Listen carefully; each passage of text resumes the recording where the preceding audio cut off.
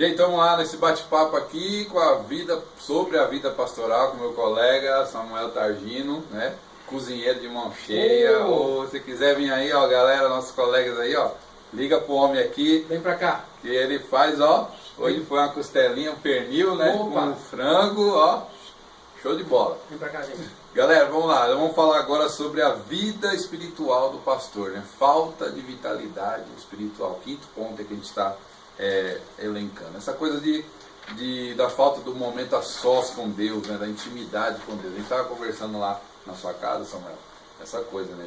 Para mim, o hábito, né? O devocional, ele tem que ser já do crente, mas quando a gente chega como pastor, né? E o óleo é derramado na nossa cabeça, a gente às vezes acaba, né, ficando relaxado, vamos dizer assim, né? Vamos fazer a nossa meia-culpa aqui. E eu estava até comentando com você, essa coisa de que a gente precisa ler a Bíblia não só para pregar, né? Porque a gente tem essa mania, né? Se ler a Bíblia, olha, isso aqui dá um sermão, olha isso aqui, olha, eu vou fazer uma série de mensagens sobre isso.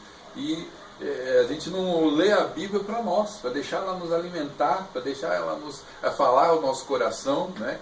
E você estava falando do seu passado aí como evangelista, né? Que você orava, jejuava, ia na Praça da Sé, pregou na Praça da Sé, gente. Dá uma olhadinha nesse rostinho lindo. Se você já viu na Praça da Sé, sabe aquele pregador lá, né? Então, sabe aquela coisa da vida espiritual. Será, Samuel, que um pouco o obreiro, né? Pelas demandas pastorais e, né, todo o trabalho, ele acaba deixando um pouquinho de lado, até mesmo esquecendo essa vida espiritual, esse hábito, leitura, oração e tudo mais. E aí, como você está falando bem, né, a patologia ela vem, né, crescendo e pega o obreiro sem uma vida espiritual. O que pode acontecer, né, acarretar aí? Então, como nós estávamos comentando, né? A grande questão do pastor, muitas vezes nós pegamos a Bíblia e com a preocupação homilética, ou seja, com a preocupação do que eu vou trazer para os outros, e nem sempre com uma preocupação devocional, o que Deus quer falar comigo. Muitas vezes a nossa atitude é o que Deus quer falar com os outros, pastor. Então isso é preocupante. Eu entendo que isso também, que essa falta de devocional, de vida com o Senhor, isso também é um princípio de patologia, isso sim. Quando nós falamos de questões... Você fala do exagero. Porque isso é um ofício também, né? A gente acaba fazendo isso, né? Sim. Automático. Você lê um texto, a gente ouve uma pregação, você fala, olha, ele podia falar assim, mas de forma diferente. Mas você está falando do anormal, né? Eu estou abordando assim, a nossa postura de pegar a Bíblia para preparar a palavra para o público. Para sermão. Ou seja, eu tenho uma postura homilética, o que Deus tem para os outros. Não tem aquela postura devocional, o que Deus tem para mim. Então eu acredito que a falta de devoção que envolve oração, envolve palavra, pastor Leandro, isso também pode, isso está imbricado, né? Está conectado com questões patológicas também. Eu entendo que a psicologia ou a área da saúde mental não vai abordar questões espirituais. Mas nós, pastores, precisamos sim ter uma vida com o Senhor, se alimentar dessa força que vem do alto. Nós estamos lidando sim com o sobrenatural. Essa coisa da oração, do jejum, né? Recentemente eu estava lendo um livro sobre libertação e o livro falou uma coisa interessante. Não sei se você lembra daquela passagem de Jesus com a mulher Sírio-Fenícia, né? Jesus estava lá numa praia tirando uns dias de folga, era segunda-feira, né? Folga pastoral de Jesus. Ele estava na cidade litorânea. E aí o texto diz que a mulher Sírio-Fenícia vai lá, né, e pede que a filha dela estava endemoniada. E o texto, você lembra lá do texto, ele fala assim, olha, mas Jesus tinha o seu objetivo, né, que era os filhos, as ovelhas perdidas da casa de Israel. Ele deixou bem claro isso. E quando a mulher insiste com ele, ele fala, olha, mas não é certo, não é lícito tirar o pão, né, dos filhos para dar para os cachorrinhos. E aí ela retruca, né? Ela responde para Jesus falando, não, mas Senhor, os cachorrinhos comem até das migalhas, né, que caem na mesa dos filhos. E aí Jesus fala, então tua fé te salvou, né? Vai, a tua filha está curada. O texto diz que a mulher chega em casa, a menina está liberta. Então perceba, o livro que eu estava lendo fala dessa questão da libertação no sentido como um pão. Veja quando Jesus fala, olha, não é lícito tirar o pão dos filhos. O que ele está querendo dizer? Né? Às vezes a gente só se prende na questão que Jesus chamou ela de cachorro, né? Usando uma expressão ali talvez que ofendeu. Mas veja o que Jesus diz: não é lícito tirar o pão dos filhos. O contexto é libertação, ou seja, Jesus estava ensinando a vida com os discípulos, mas ele está dizendo que libertação faz parte do cotidiano, porque o que é o pão? Não é um alimento diário. Percebe essa metáfora que ele usa? Olha, não é lícito tirar o pão. Olha, eu estou ensinando ainda estou libertando os discípulos. E você quer que eu dou esse pão para você? Ele vai acabar dando, lógico, a mulher, a sua filha vai ser liberta. Então esse livro estava dizendo, por que eu estou colocando isso? Essa questão de que nós temos que experimentar primeiro. Nós oramos por libertação, mas nós temos que ser libertos. Oramos por cura, mas nós temos que crer que nós devemos ser curados. Né? A gente ora, às vezes faz, mas fala, não, para mim não vai dar certo, mas eu oro para você. Olha, eu vou falar esse texto aqui para você, sério, mas para mim não. Essa coisa do Deus que não funciona para mim. Eu percebi isso. Será que alguns pastores não estão aí entrando nessa patologia, Samuel? Porque estão pregando um Deus que não serve para eles? Então, fui muito ácido, não? Não. É assim, o que se coloca é que a devocional é um elemento substancial para a vida pastoral. Nós estamos colocando isso. É que o se direcionar à Bíblia, muitas vezes nós temos automaticamente em nossas atitudes o que Deus tem para os outros. A nossa preocupação é mais professoral, mais didático, até mais homilético. O que Deus quer transmitir para os outros. Então, o que eu questiono é se o pastor está sendo alimentado pela palavra. Se o pastor está recebendo do alto a força vital que ele recebe por meio da oração. A oração é você falar e você ouvir. Então, essa falta de conexão com Deus também pode ter uma implicação patológica. Então, eu elenquei esse ponto porque considero de suma importância o pastor ter uma vida começa no pastoral. Relaxamento? Você está falando que pode ser uma indicação, mas não começa no relaxamento? Ou é por causa da patologia que o pastor deixa de orar? Eu entendo que a devocional ela é uma disciplina. Então, o que é disciplina? Disciplina é o hábito, né? É o hábito, quando você estabelece momentos. Nós não fazemos isso nem sempre por inclinação. Eu não oro porque eu sou inclinado a orar. Eu não leio a Bíblia porque muitas vezes sou movido a ler. Sou impelido a ler, não. Eu preciso entender isso de maneira racional, que eu tenho que ter um momento com Deus. Eu tenho que ter um momento de oração e um momento que Deus possa falar comigo. Então eu entendo isso com uma palavra chamada disciplina. Sim. Se eu não me engano, é a Lutéria que fala que eu estou muito ocupado para deixar de orar, né? Uhum. E o Paul Young-Cho, né, falava que orava 5 horas por dia antes de começar o dia dele. Uhum. Aí você olha para a nossa vida e fala, meu Deus, você ora 1 hora ou 2 horas e fala assim, meu Deus, que vida de oração que eu tenho, né? Muito ridícula, né? Então, mas essa coisa da vida de oração é uma coisa que o pastor precisa se policiar, né? A vida espiritual, você pregar, você tremer. Nós temos aqui, né, um grande mestre que foi seu professor também, o meu, o pastor Pedro Mendes, né? E ele fala isso, que no alto dos seus 94 anos, né, mais de 50, né, 60 de ministério, ele ainda fala que quando sobe no púlpito ele treme. Então, se ele tem todo esse tempo treme, a gente então não devia nem ter subido, né? Então, essa coisa de não se acostumar com o sobrenatural, Samuel. Eu acho que tem o outro lado, o camarada que deixou de orar por relaxamento, ou pegando aí o gancho que você está falando, essa patologia, mas não tem aquela galera assim que já acostumou com o sobrenatural? Assim, não, eu consigo manipular, se não aconteceu, dou uma rajada de glória, né? Ou, tá dando para entender o que eu estou querendo dizer? Essa coisa de se acostumar com o sobrenatural, eu tenho um temor disso, gente. Eu tenho um temor disso, Samuel. Eu sabe, virar um ministro de plástico, um profissional de púlpito, acho que é essa expressão, né? Será que a galera que está adoecendo são esses profissionais de púlpito? Porque não tem vida, não tem hábito, como você falou, não tem disciplina, não tem sustância, né? Uma hora vai cair, não é? Eu entendo assim, entendo que há uma necessidade extrema de... eu sei que o entusiasmo é um mecanismo, eu sei que pede-se hoje uma articulação maior do pastor da midiático, mas o Senhor Jesus para nós foi modelo. Sim. Jesus orava. Jesus tinha um momento que ele se afastava do grupo maior e até levava consigo Pedro, Tiago e João, e muitas vezes um momento de solitude, né? Isso. Sozinho. Né? E muitas vezes ele mesmo se distanciava até dos mais íntimos e orava a sós. E agora o sexto ponto que a gente elencou aqui é falta de algum projeto ou atividades extra-ministerial, né? O pastor, somente pastor integral, né?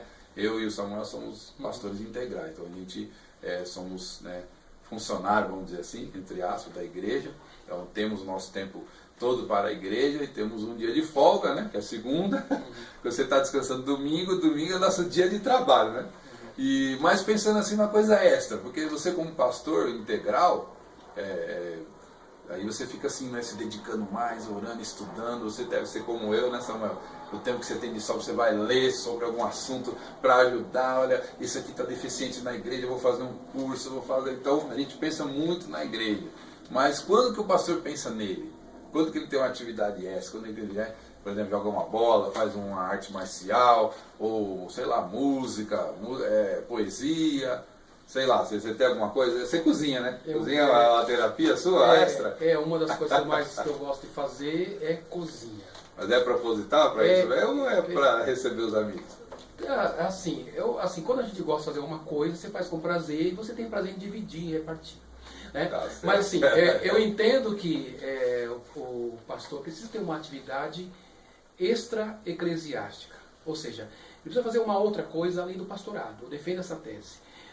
Nós temos pastores interessantes na nossa convenção, alguns pastores que pintam quadro, né? Temos um pastor maravilhoso, amigo nosso, não vamos aqui... Não vamos falar, mas ele não pagou merchan, né? Então não exatamente, então não rolou um cachê, a gente não pode falar o nome dele, né? Mas um pastor que pinta quadros, né? De forma maravilhosa, né?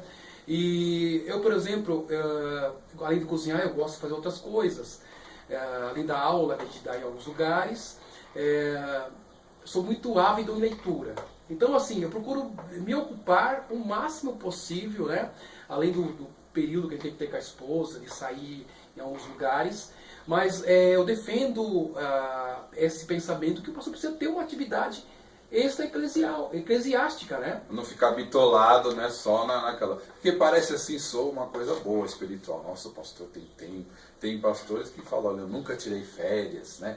Nunca saí da igreja e tal. E aí essa coisa de que a princípio parece muito bom, mas vai trazendo um quadro de adoecimento, né? E aí o cara fica bitolado. E até ler mesmo, né? Vamos fazer nossa meia-culpa, a gente lê coisas sobre a igreja, né? Você não leu a Agatha Christie, né? Você não leu Sherlock Holmes, você não leu... Não. Você lê coisa teológica. Tem que ser uma coisa extra. Uma coisa, já que está um momento mais descontraído, uma coisa que eu sempre falo aos pastores amigos é que procure alguém para você falar besteira.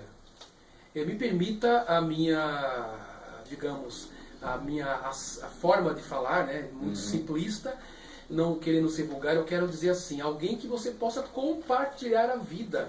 Que você possa falar coisas que não são necessariamente teológicas, não são necessariamente eclesiológicas, todas essas palavras que às vezes pesam, né? Papo de igreja, missões, batismo. Então, em algum momento você tem que falar de você. Falar do Corinthians. Aí você complica a minha vida, pastor Leandro. Não, tá bom. Tem que falar. Tá é besteira, você não fala besteira? Não, besteira. Então tá valendo falar do Corinthians. Você é santista. Eu sou né? santista, mas eu também não tô... Da época do Pelé, lembrar, né? Eu não tô muito melhor que você. Então tá bom. Quem tá no momento é o Palmeiras. Exatamente. Aos pastores palmeirenses, um grande abraço. Aos campeões brasileiros. Assim, então, alguém que você possa repartir a sua vida, alguém que você possa falar de jogar futebol, ou tem pastores que gostam de plantar, né? Plantar uma roseira, mexer com a terra. Você tem que desfocar, é preciso, muitas vezes, você sublimar uma dor. Então, ou desfocar, vamos entender assim, desfocar um trauma, desfocar uma situação que você esteja vivendo que é traumático, que é depressor, uma coisa que te causa, digamos assim, uma instabilidade emocional, você precisa jogar isso para um outro lugar. Então é importante que o pastor tenha uma outra atividade, pastor Leandro, meu amigo. Justamente isso, para viver um outro momento e se distanciar daquele momento de dor. Uma coisa extra, né? Isso. Eu conheço pastores que tem, por exemplo, joga bola, né? Gosta de jogar futebol, e aí ele prefere jogar bola num time de não cristãos. Porque num time cristão ou da igreja, falar ele é o pastor. Mas aí num time fora, tá, ele é o Leandro, ele é o cidadão, o indivíduo. E aí vai levar canelada, né? Não vão ver ele com aquela aura. Uma né? coisa interessante, uma vez um amigo meu, que eu não quero aqui, inclusive ele já se foi, ele ficou surpreendido quando o seu filho de 5 anos não sabia o seu nome. Um belo dia, alguém chamou o pai desse garoto, né? Chamou pelo nome. Uhum. E o menino ficou surpreendido, mas quem é esse nome? Quem é essa pessoa? Se a pessoa não mora aqui. E a mãe respondeu ao menino: não, mas esse é o seu pai. Seu pai é essa pessoa. Não, meu pai não é essa pessoa. O nome do meu pai é pastor. Nossa, então, um extremo já, né? Então, assim, o que eu coloco é que muitas vezes nós sentimos saudade do nosso nome. Nós temos um nome. Bem colocado. Nós não somos pastores, essencialmente pastores. Nós somos pessoas. Então, nós temos um nome, nós temos uma personalidade, nós temos uma identificação. E, então, isso é importante.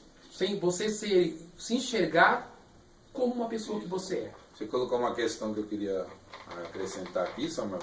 Essa coisa da referência para os nossos filhos, né? Nós somos pastores, temos filhos. E os filhos nos veem fazendo outra coisa que não pregar, né?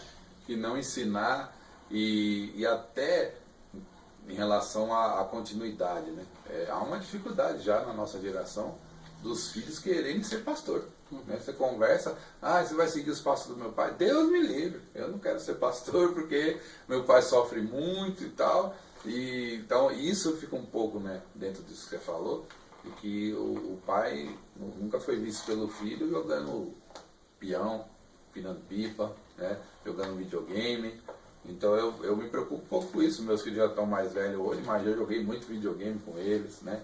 Ensinei eles a jogar botão, meus filhos sabem jogar futebol de botão, sabem brincar e tem a mim como referência. Por quê? Porque essa preocupação de não ser o pastor Leandro, mas ser o pai, né? O papai.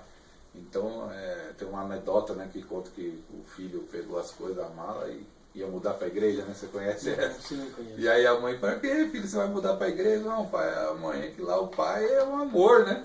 Lá o pai trata a gente bem, lá na igreja o pai é mais santo, né? Eu queria dizer que em casa ele tinha outra personalidade, né? Isso então traz esse adoecimento? Então, é exatamente isso, né? Você não pode esquecer quem você é. Você é acima de tudo, né? Usar uma palavra da filosofia, nós temos uma ontologia, nós temos um ser. Quem somos, né? O que nos identifica? Quais são as nossas caracteres, né? Então isso é importante. Não esqueça quem você é. Não perca o fator de identidade, né? Então isso é importante. Pense que você precisa ter atitudes que te façam bem. Se em algum momento o que você está fazendo está te fazendo mal, se o ministério pastoral está sendo patológico, de repente pode haver até uma causa orgânica também que precisa a priori ser investigado, né? Entendemos que a área da psicologia ou da psicanálise ela pode ser uma segunda abordagem. De repente é uma causa orgânica, né? De repente é uma causa hormonal, sei lá, de repente um hiper ou hipotiroidismo que está te afetando Então, alguma questão que precisa ser investigada. Pode ser reposta com remédio, né? Isso. E tem esse preconceito, né? De vou no psiquiatra, vou no psicólogo, vou ser louco, vão me chamar de louco. E tem alguns que a gente ouve falar que vão até no anonimato, né? Olha, não fala quem eu sou, porque eu não quero ser visto. Então, essa coisa que você está falando, da pessoa deixar de ser gente. Mas eu sou gente, então, pastor, querido, está vendo esse vídeo? Arrume aí um lugar para você jogar uma bola, né, de preferência fora da igreja, faça alguma atividade extra, e se há realmente alguma questão, né, você está sentindo talvez seu corpo diferente, você está nervoso com muita facilidade, né? Vai investigar, meu querido, não tem problema, ir no psiquiatra, né? Um psicólogo, né? Um psicanalista, e vai ser bênção para a sua vida, para o seu ministério, tá certo?